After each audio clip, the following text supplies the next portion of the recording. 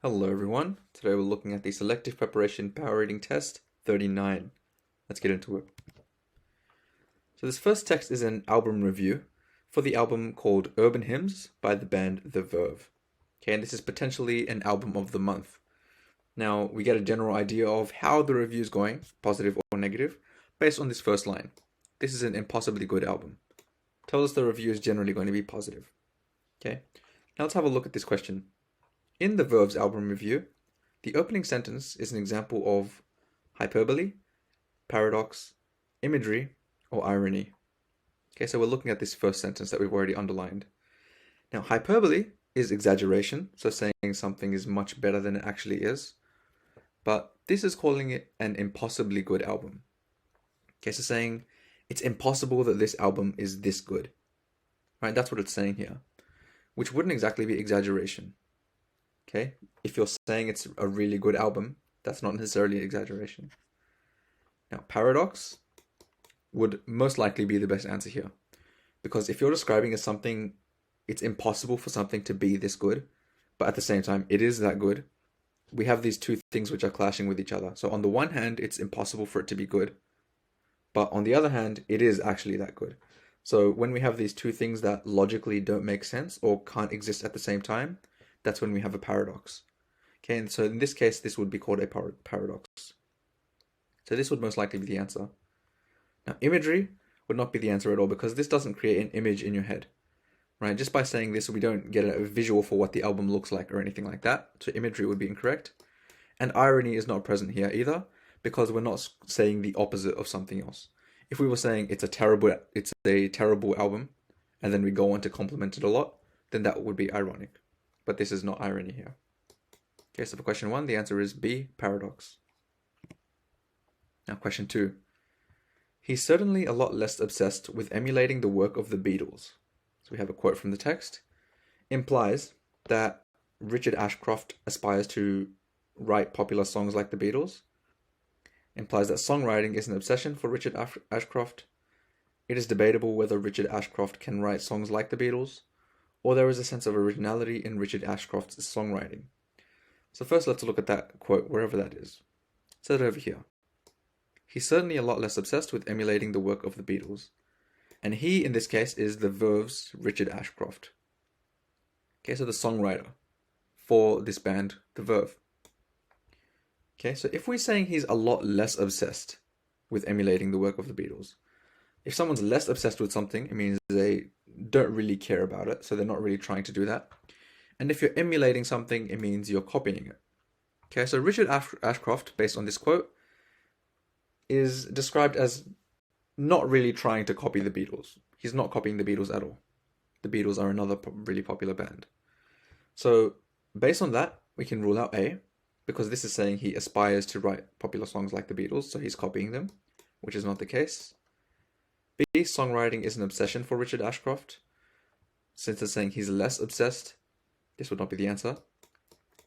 C, it is debatable whether Richard Ashcroft can write songs like the Beatles. It's not asking whether he can write songs like the Beatles. It's asking whether he's actually trying to, whether he wants to. So C is wrong as well. And D, there is a sense of originality in Richard Ashcroft's songwriting would be the best answer here. Okay, because he's not trying to copy anyone. He's not trying to copy the Beatles. He's just writing what he thinks is best himself. Okay, so he's being original rather than copying other people. So 2, the answer is D. Now 3, we have another quote. The album drips with monster hits is an example of what? Hyperbole, journalese, jargon, or personification. So again, hyperbole would be exaggeration. So saying something is better than it is. Journalese is sort of journal language, which isn't really a technique that we would use here because this is an album review rather than a journal. Jargon refers to topic-specific vocabulary. So for example, in science, you would use words like photosynthesis. And personification is giving human qualities to non-human things. So let's see which sentence this is from, first of all, and then we'll see which of these techniques it works with. The album drips with monster hits. It's over here. Okay. Now, drips monster hits. This is saying that the album has a lot of monster hits. It has a lot of really popular songs. Okay, so since the basic sentence is trying to say that the album has a lot of popular songs, saying that it drips with popular songs is saying that it's, it's overflowing with popular songs. There's so many of them. And monster hits are another really exaggerated way of saying it's a really popular song. So both of these words, drips and monster hits, are exaggerations for the words, well, the album has many popular songs. Okay, so it's all exaggeration just to show that there's many popular songs. So hyperbole would be the best answer here. 3, the answer would be A. Okay, now you may believe it's personification because of the word drips here. So the album is given the ability to drip. But something dripping is not necessarily a human-only quality. For personification to work, we have to give a strictly human quality to something non-human. But dripping is not necessarily only specific to humans. So that would not be personification. 3, the answer is A, hyperbole. Now 4. In this album, Sonnet and One Day are what? Exemplary creations, unbelievably offbeat, suited to rock and roll, or one of the same. Okay, so Sonnet and One Day are talked about over here. Sonnet is a masterpiece, as is One Day and any number of others. So based on the previous sentence, the album drips monster hits, we know that Sonnet and One Day are probably two more of those monster hits from the album. So 2 really popular songs from the album. And since one is described as a masterpiece and the other is also like a masterpiece, we know it's probably a positive word. Okay, so based on any of these answers, the best answer would be exemplary creations. Something exemplary means something really, really good. Okay, unbelievably offbeat is a negative way of saying something. So offbeat in music means it doesn't really follow a pattern. So it doesn't really make sense in your head. And C, suited to rock and roll, it is similar to that. So this would be the second best answer based on the next line, which is it's the kind of album that restores your faith in rock and roll. But this is talking about the album, not the song specifically. Okay, the question here is about these 2 songs specifically.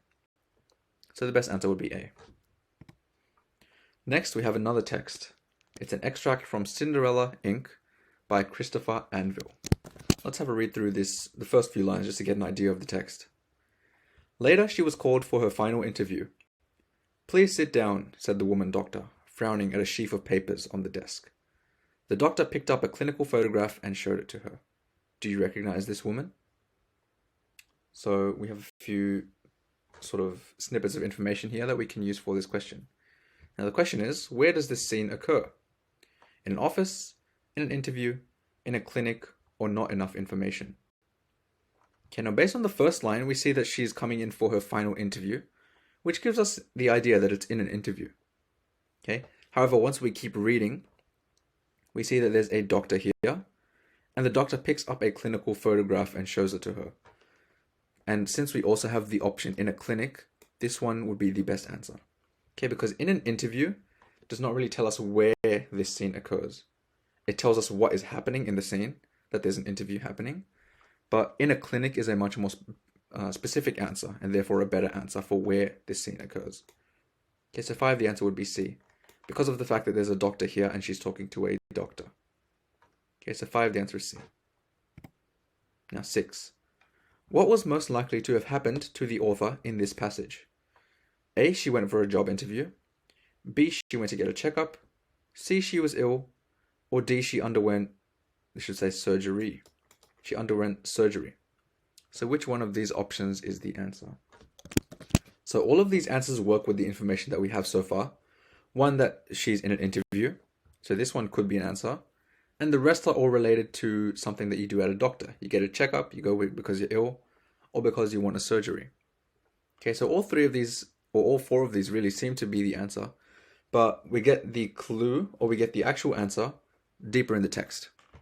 Okay, we have 2 clues here. One is this sentence over here. Do you recognize this woman? And the answer from the author is, of course, that was I. Then the reply is quite a transformation. Sometimes I think I'll take the treatment myself. The doctor ran a hand across her face with the fingers spread out, massaging. So this part is the second clue. This is clue 1. This is clue 2 down here. So because the author here has obviously changed her appearance, based on the fact that the doctor runs a hand across her face, and because she says, "Do you recognize this woman?" and she says, "Yes, that was me," we know that the author has changed her face in some way. Okay, so we get that from these two clues. And the best answer then, based on this, would be that she underwent surgery. Okay, she wasn't there for a job interview, she wasn't there to get a checkup, and she wasn't there because she was ill. D, the answer would be she underwent surgery. And we can also see this based on the sentences that we have after, saying it would be unpleasant to change back, and there's been quite a change. So just comparing her previous look with her current look, and that there's a huge difference. Now we're finished with this test, so let's go through our key points. Many texts do not explicitly say what is happening, but they show it with clues. If you create an image in your head about what is happening, it is easier to pick up on these clues. So an example of this is how the question we just did, where the clue was where the doctor is rubbing a hand across her face. Okay, now usually that's not something a doctor would do, and it only makes sense in the context that she got a surgery. So if you really try and visualize the doctor rubbing her own hand across her face, then you get an idea of what she's actually doing and what's actually happening in this text. So that can help you out. Another key point is that you should be careful of trick answers. Even if you think you found the answer, always double check to look for better answers. We saw this in the interview question, so where is it located? The obvious answer was the first line, that it's located in an interview, but later on we find out, because there's a doctor there, that it's actually located in a clinic. So never be too quick to finalize your answer. Okay, and now we're finished with this test.